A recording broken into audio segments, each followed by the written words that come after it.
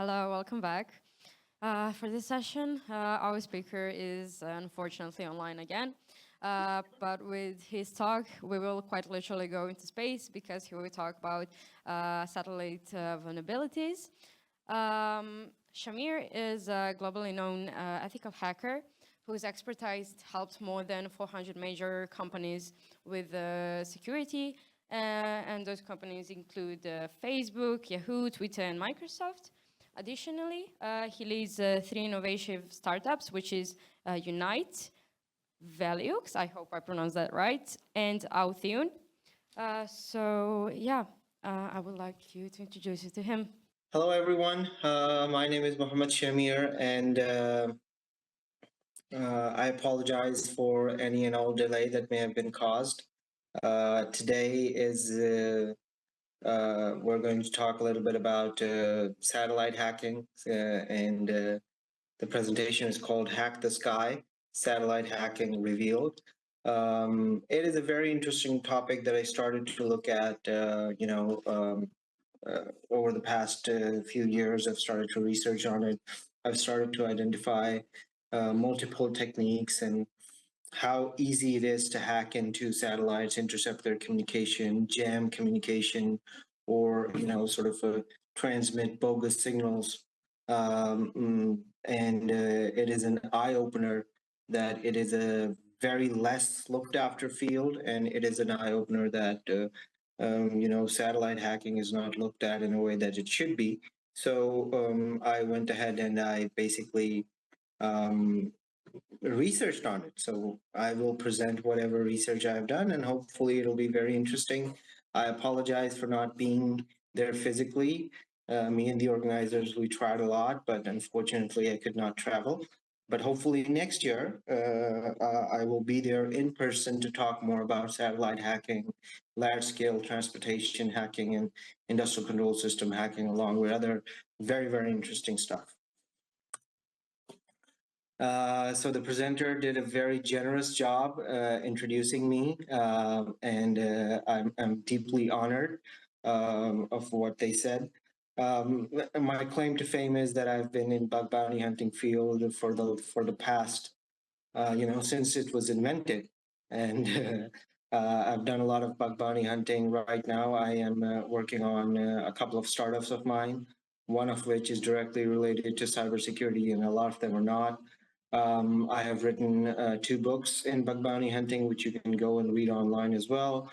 Plus, I have had the esteemed pleasure of doing my doctorate in applied blockchain security, and I am currently doing a doctorate in space cybersecurity as well. I'm pursuing it. So that is a very, very sort of enlightening field that I invite you all to discover.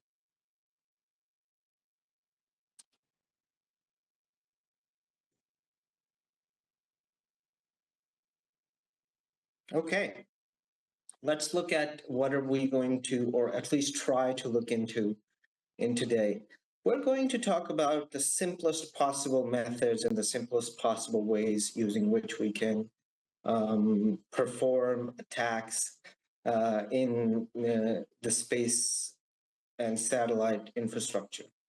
I'm a kind of guy that tries to look at simple methods and mechanism that tries to look at simple scenarios to exploit different systems, and that's basically kind of my forte. That what can a simple user do, or a simple attacker with limited knowledge do in terms of harming the infrastructure, or when it comes to basically using their own set of tools to basically extract information, transmit bogus information, or intercept satellite signals. So this is kind of the basic agenda of the entire session. We're going to look at multiple different methods of how we can utilize or use satellite hacking in terms of exploiting or for malicious purposes.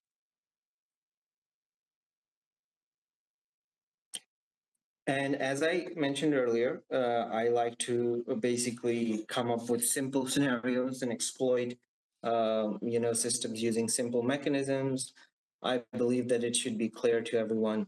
What we may need and what a simple attacker may need is just a simple Baofeng radio, a software-defined radio, an RTL SDR, a whip antenna, or other different kinds of antennas to experiment with.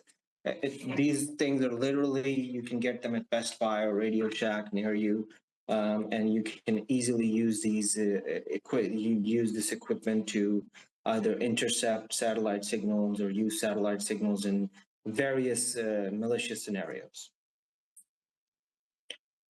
Okay, so let's first define a satellite. The historical part of it is that when the inventors of modern telecommunications sat down and they found out the limitations of cable-based communication, they came up with something called radio communication. And they found out that because of the curvature of the Earth, there is no way that a radio wave can directly travel from one point to another without being intercepted by natural formations that are on Earth. And then they came up with a scenario of having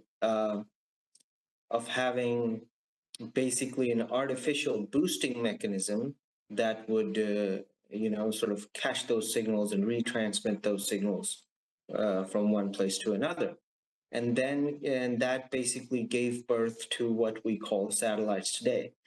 Satellites have been around for since the 60s, and they have been a very important part of communication, arguably the most important part of communication in today's infrastructure. But the fundamental problem basically lies on the fact that, when this entire mode of communication was being thought after, no one actually, paused and asked the question, what if these satellites are vulnerable? What if these satellite-based communications that we are talking about, what if some malicious actor comes in and exploits our communication methods? What is going to happen then? And that basically gave birth to something that we call, satellite hacking. So that is essentially what a satellite is. It takes a signal from one location and retransmits it to another location.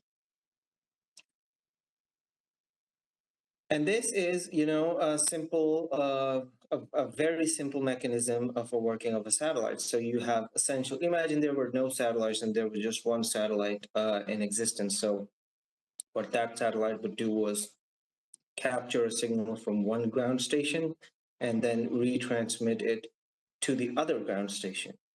And since these are RF-based analog waves, it is very hard to secure because it is not a direct digital signal. And that is what we're facing today, that we have analog signals all over the place. And that is why new attack vectors are being discovered, and new attack vectors are being, they're sort of being laid out from attackers that satellite manufacturers are rapidly, running after to resolve. So we have two ground stations, we have an uplink and a downlink, and since it's a full duplex communication of radio waves, the satellite basically just works at like a bowster or a buoy in the ocean.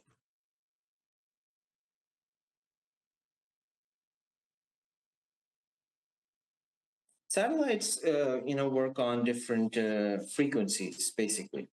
The most common frequency in existence is called the L band, which works between 1 gigahertz to 2 gigahertz range. Most of the global positioning satellites, satellite mobile phones, the satellite communication phones, most of the land-to-air communication, and even the world space satellite radio, that works on the L band, the basic minimum band, and that is why this particular band is mostly vulnerable, because this is the band that takes care of all of this sort of communication at large. So this is the point of interest of most of the attackers. There's these kinds of satellites mostly work on the 1 to 2 band, and that is why it is mostly it gains the attention of the global hacker community.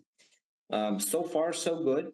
There has not been a known incident where all of the world satellite would have been jammed, because it is just a fluke of nature, I think.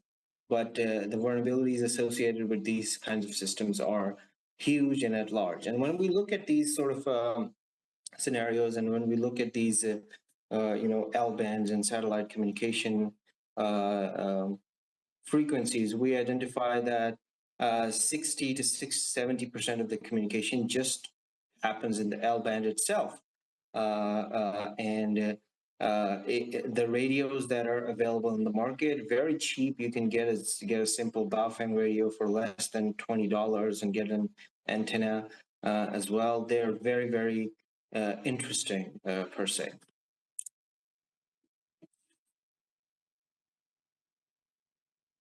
Once again, why are satellites vulnerable? Because no one is worried about it. No one actually stops and thinks. Just kind of, it is with most of the large-scale communication scenarios that no one actually stops or pauses and thinks, why are these satellites vulnerable? What is causing this vulnerability? What is actually the reason that these are vulnerable? And what is basically the reason behind these satellites that that causes these problems per se?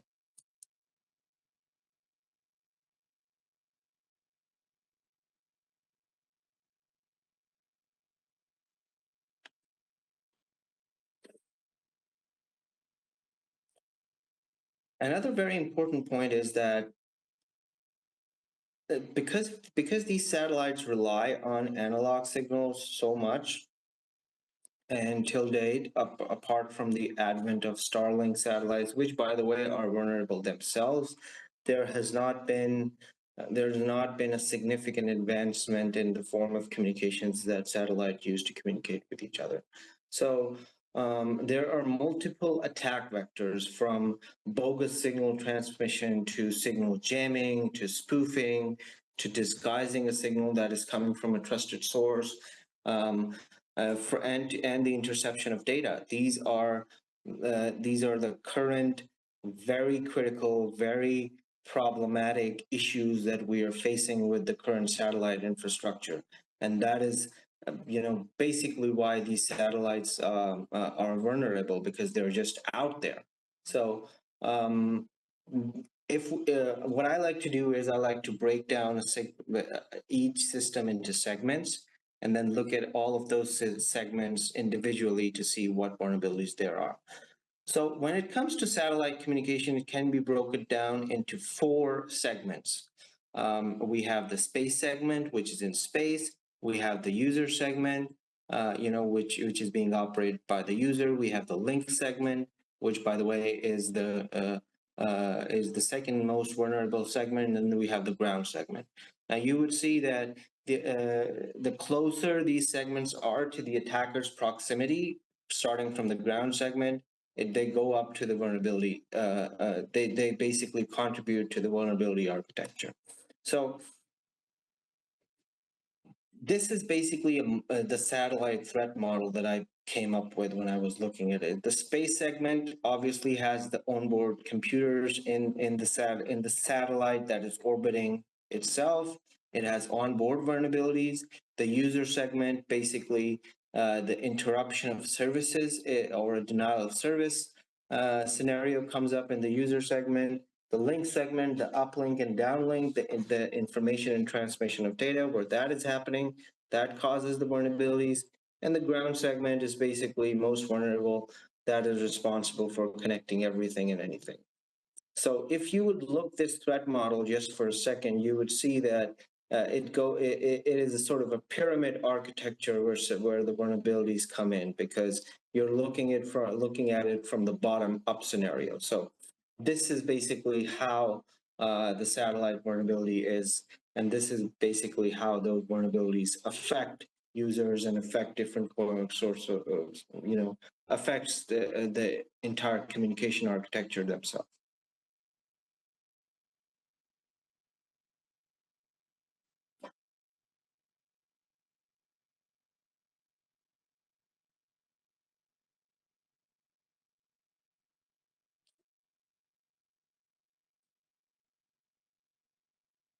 Most of the satellite attacks can be broken down into 4 different scenarios.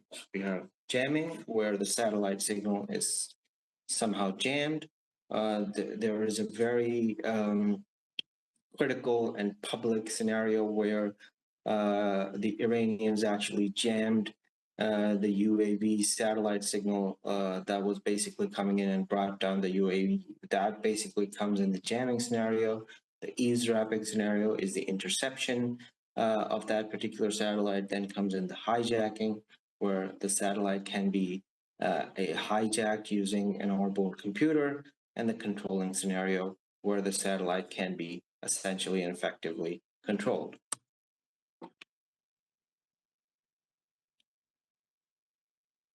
Now, if we were to look at a satellite from a broader perspective, there are effectively 2 identifiers. One is the international designator, and the second one is the NORAD ID. Any and all satellites that have been into space or that are in space are identified by these 2 identifiers and these 2 identifiers alone. For instance, the international designator is basically a combination of a number as well as the year the satellite was launched, and the NORAD ID is basically the ID that was given by NORAD to that particular satellite. What can we gain from this? If we have just these 2 bits of information, which we will look at from a demonstration perspective as well, we can gain the orientation of the satellite, we can gain the velocity of the satellite, and then we can gain where the satellite will be in terms of position. After gaining this information, if we find out any satellite that is in proximity to our geographical location, we can easily intercept the signal of that particular satellite. So that is why these bits of information should not be public. Now, I want to take a second here. The fundamental problem with satellites today is that they're not planes, they're not ships, although I can argue that planes and ships are also, scenarios where are also, transportation mechanisms whose information should not be public. But at the same time, the satellites are not planes. Apart from the information that is out there, I don't think that there should be any information that should be made public, such as this one. So this is where the problem starts. We are making the information that should not be public actually public, and that is the problem with satellites today, that they are their irrelevancy in terms of public information has increased so much so that these satellites have been targets of many attackers. For the purpose of this exercise, I know I don't know if the video is going to be visible to you or it's going to be visible in chunks or whatnot. We are going to look at something called the Starlink 31046. Now, 31046 itself is basically the international, the NORAD ID of that particular satellite.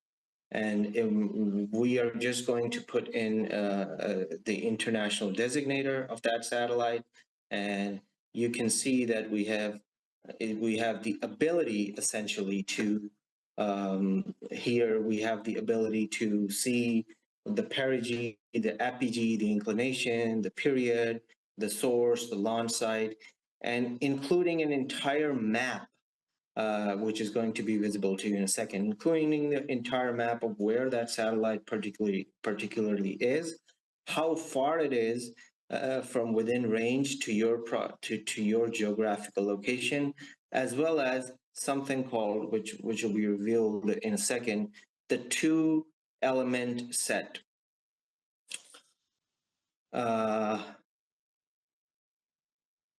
It's going to be, yeah, the two-line element set. It is just going to be visible to you very, very shortly. The two-line element set, or the TLE, is basically, now when something goes into orbit, it's basically its entire map from the starting of its lifetime to the starting point of to the end of its lifetime within the Earth's orbit, and when it's going to exit the Earth's orbit can essentially be identified by the two-line element set. And this particular, we're moving towards a physical space here. This particular identifier is, as you can see, very, very easily very easily visible to everyone if we take a look at it. This is, and you'll see it in a second, this is basically the two-line element set of the Starlink 31046 satellite. Now, it has a bunch of numbers that we don't need to know what they are. We just need to know the placement of these numbers in a scenario where we can extract all the data. And we'll see that. We'll look at it, that how we can basically track a satellite in its real-time orbit, and we just have the NORAD ID, or the international designation number. That's it. And we are able to basically harvest the two-line element set. That basically gives us information of the entire travel plan or the orbit of that satellite throughout its lifetime till it goes out of Earth's orbit, because we know everything. We know the orbital speed. We know when it was launched. We know where it is right now. And this guy right here gives us everything that we need to know about that satellite. Now, what you see in front of you is basically the two-line element set. It basically has the international designator, on the first line, along with some other jargon that we necessarily don't need to know. And then it has also the satellite number, the inclination that basically is required to plot that entire infrastructure. For the purpose of this exercise, we will have different scenarios where we can where we can actually track the entire in orbit that is currently going around. So sorry about the camera.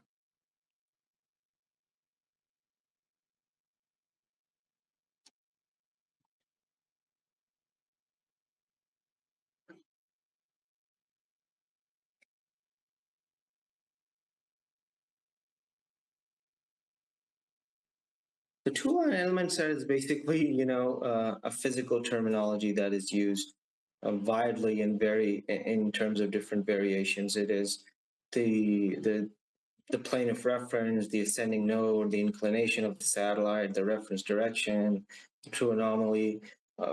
All of these are, words in the physical space that should essentially not be public. And they are public because of the fact that, when people were coming up with the entire information architecture, they did not take into account the problems that basically would be faced when it comes to the satellite's identification. And what you'll see in a second right now is how this information is harmful. And we can basically track an entire satellite's orbit with something called orbitalmechanics.com. Now we're going to use the same reference. By the way, the website is called NY20, where you can go ahead and enter the international designator or whatever, and you'll get all of the information about any satellite. So we have orbitalmechanics.info, and we have the Starlink orbit. We just entered the Starlink international designator. We have some preloaded IDs to track its orbit, and and you'll see why this is important in a second. We're just going to essentially extract the two-line element set from NY20 we're going to replace the numbers and IDs, obviously rounding them off because there's no provision in this particular tool to basically give us the exact, to process the exact value. So we're just going to put all of the numbers one by one, and we're just going to, add those numbers one by one. And that's exactly what we're doing here. And so that's the omega, that is the tau. Oops. And in a second, what you're going to see is,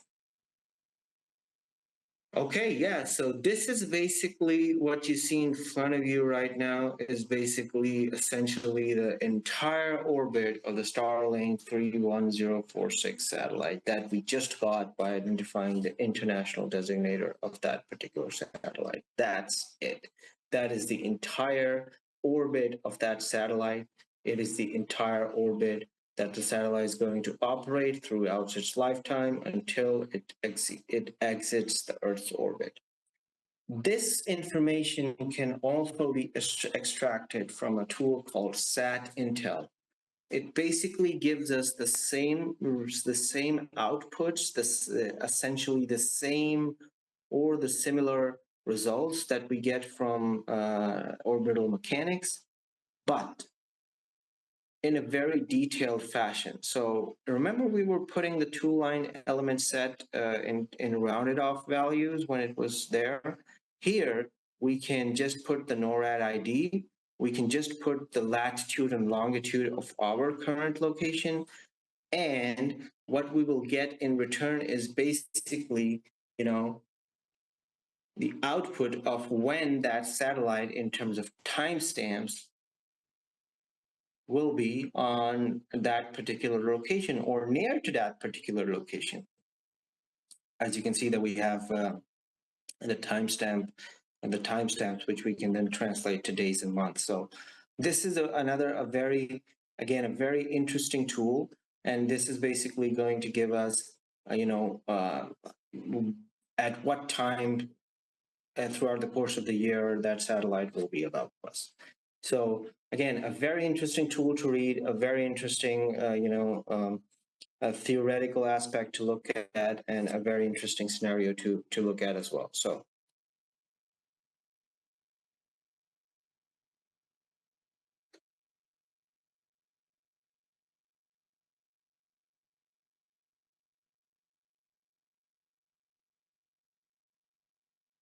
Okay.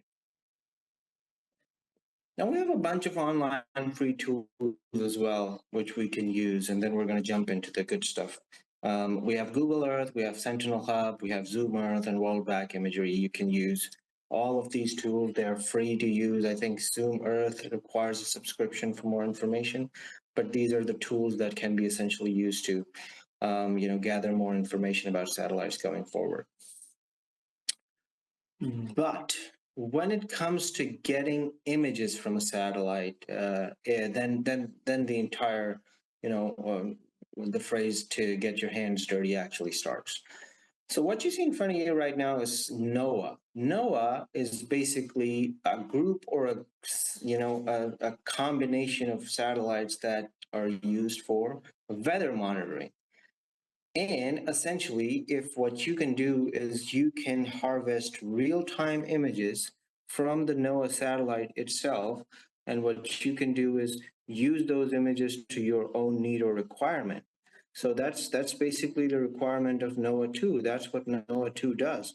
It basically gives you real-time information about a satellite, and it gives you real-time information about essentially the weather, but it is still photographing Earth, right? So here's a simple scenario where you would basically have the NOAA 18 satellite, again from ny20.co, and what you would then do is you would go ahead and click on the 10-day predictions, and then you would basically get where that satellite would be in the 10-day predictions. Now, based on my geographical location, I identified that this satellite would be It was launched in 2005, and this satellite would be at this particular place near me. So you can basically get all of those entire details. You can get the elevation. So the higher the elevation number is, the better, because RF radio frequency waves are dispersal waves. So it is easier to catch those waves if the elevation is as high as possible. And then you can get the start time of the visibility and the end time of the visibility. So this satellite is going to be visible, was going on 20th of July. It was visible from 10:09 to 10:24 based on my local time. And the downlink frequency is also given. So we started off from basically identifying, plotting the satellite, where it's going to be. Now we're looking at how to harvest the frequency which that satellite operates on. And we basically have all the information that we need, whatever to do whatever we want. And this is breathtakingly dangerous because it is such sensitive information that should not be public, apart from the search and rescue and the rescuing mechanisms of those satellites. Now, and moving on, what do you need to get those live images from a satellite? Imagine you don't have everything. Imagine you don't even have a laptop. You just have a radio and an antenna and a smartphone. In today's world, everyone has laptops, but let's say that we are sort of homeless hackers or something. What you would then do is download something called the Wave Editor. You would go onto your roof when the satellite is visible. You would target or lock onto its frequency. And what you would do is record when the satellite is basically coming on board and when you are essentially hearing that satellite, and you are going to see those frequency waves on your smartphone. You're going to save that as a wave file, and then you are going to go on open-weather.community, upload that wave file, and the demodulation method should be absolute value.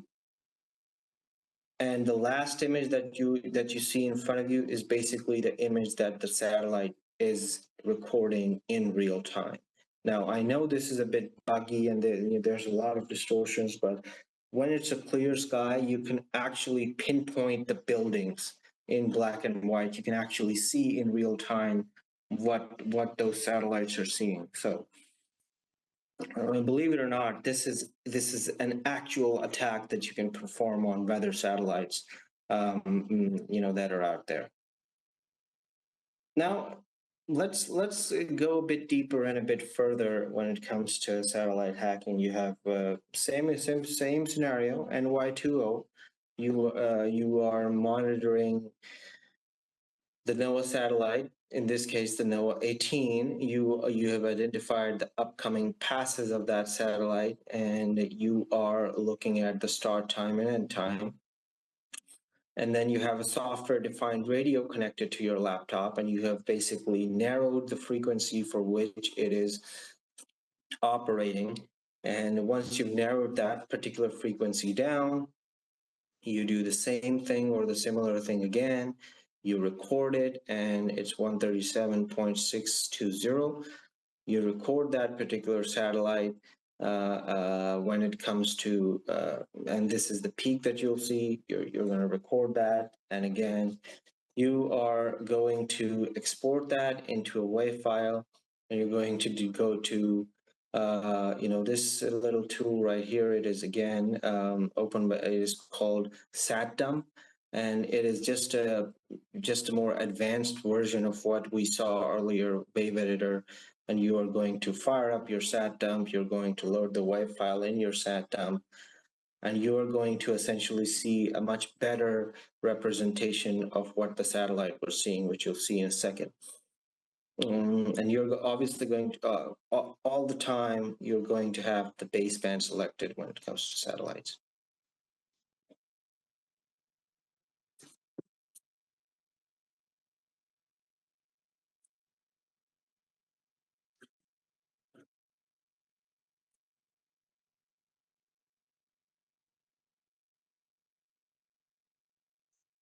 Going to take a second to decode.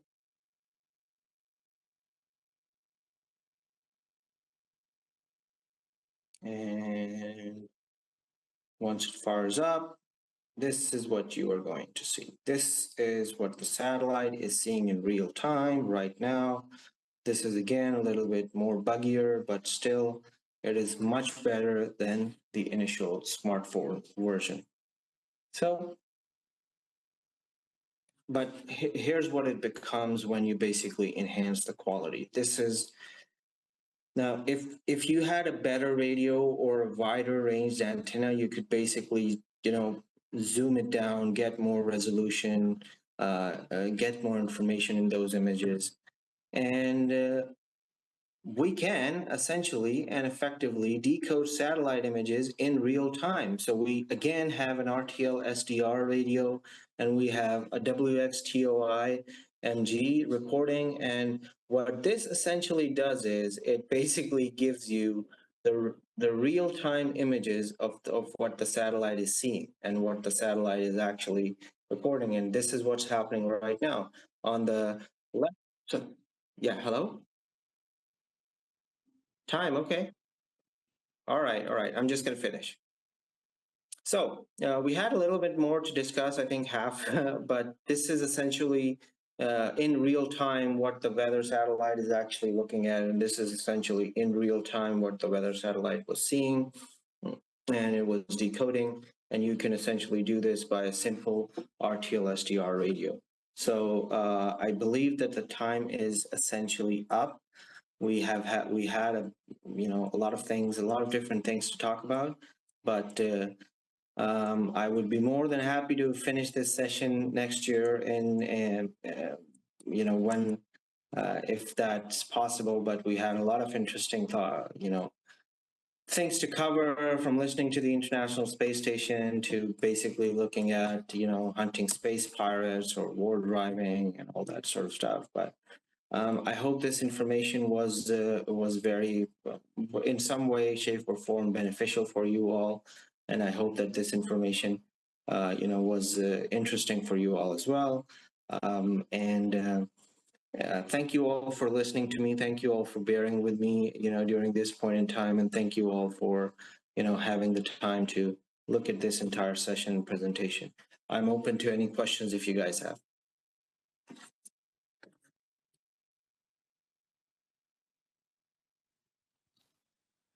For now, we have only one question. How secure or problematic is the implementation of Wi-Fi using Starlink in commercial version? For example, Qatar Airways. Implementation, I mean, it's Starlink. What they figured out was they could, their claim to fame and their entire, what they did is, although it's very informative, but what they figured out was how to use how to build low-cost satellite radios that can handle high bandwidth of communication. So the implementation, because the satellites are already out there, and what they're doing is the aircraft itself is basically acting as a ground station. So I think that installing that entire infrastructure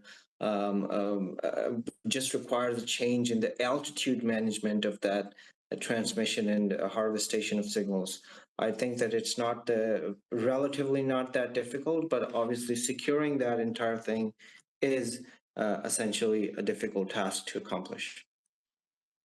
Okay, thank you. That will be it. As this is the all time we have, I want to thank you for taking us to the space and back, quite literally.